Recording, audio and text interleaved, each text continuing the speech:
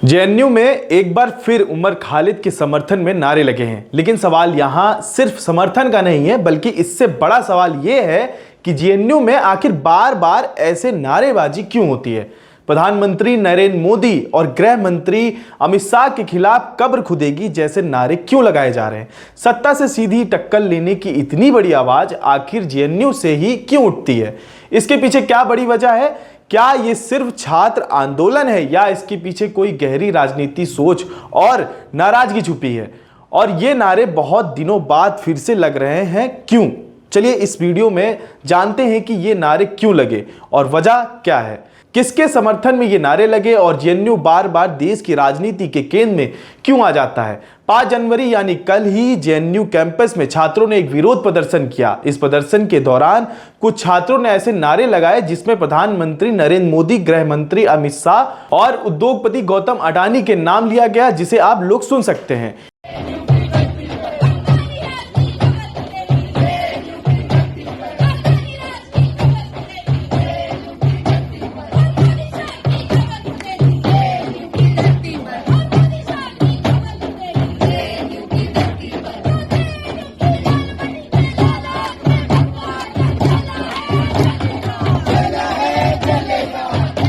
इसी नारे को लेकर सबसे ज्यादा विवाद खड़ा हुआ वो ये था कि मोदी शाह की कब्र खुदेगी।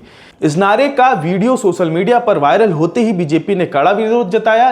बीजेपी नेताओं का कहना है कि यह सिर्फ विरोध नहीं बल्कि देश विरोधी सोच है जो लोगों को गलत संदेश देना चाह रहे हैं। आइए अब समझते हैं कि अब यह प्रदर्शन क्यों हुआ। इस प्रदर्शन के पीछे 2 बड़ी वजह बताई जा रही है। पहली वजह 5 जनवरी 2020 को जेएनयू कैंपस में हुई हिंसा की बरसी थी। इसी दिन 6 साल पहले नकाबपोश हमलावरों ने छात्रों और शिक्षकों पर हमला किया गया था और इसी विवाद को लेकर छात्र संघ और शिक्षक संघ का आरोप है कि आज तक उन हमलावरों की पहचान नहीं हुई और इसी घटना की याद में छात्रों ने सिंबॉलिक विरोध किया। दूसरी वजह पूर्व जेएनयू छात्र उमर खालिद और शर्जील इमाम की रिहाई की मांग। आपको बता दें, सुप्रीम कोर्ट ने हाल ही में दिल्ली दंगा मामले में उनकी जमानत याचिकाएं खारिज कर दी, जिसके बाद छात्र संगठनों का कहना है कि यह फैसला छात्रों की आवाज दबाने जैसा है और इसके खिलाफ भी प्रदर्शन किया गया। प्रदर्शन के दौरान कुछ नारे बेहद तीखे थे जिनका वीडियो सामने आया है। इन्हीं नारों को लेकर अब सियासी बवाल मच गया है। बीजेपी ने इस पर सीधा हमला बोला है। बीजेपी प्रवक्ता प्रदीप भंडारी ने कहा कि यह विरोध नहीं बल्कि भारत विरोधी सोच को बढ़ावा देना है। उन्होंने प्रदर्शनकारियों को अर्बन नक्सली तक कहा।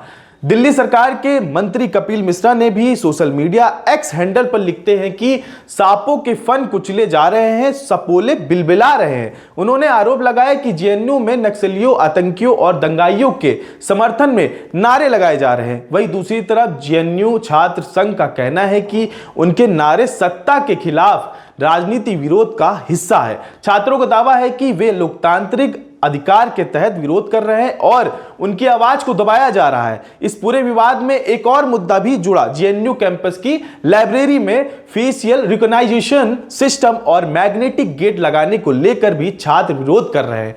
छात्रों का कहना है कि इससे उनकी निजता पर खतरा है। दिल्ली पुलिस ने इस मामले में छात्र संघ के कुछ पदाधिकारियों को नोटिस भी भेजा है। फिलहाल इस नारेबाजी को लेकर दिल्ली पुलिस को कोई औपचारिक शिकायत नहीं मिली है, लेकिन मामला तूल पकड़ देख यह माना जा रहा है कि पुलिस खुद संज्ञान ले सकती है। कुल मिलाकर जेएनयू एक बार फिर विचारधारा की लड़ाई का केंद्र बन गया है।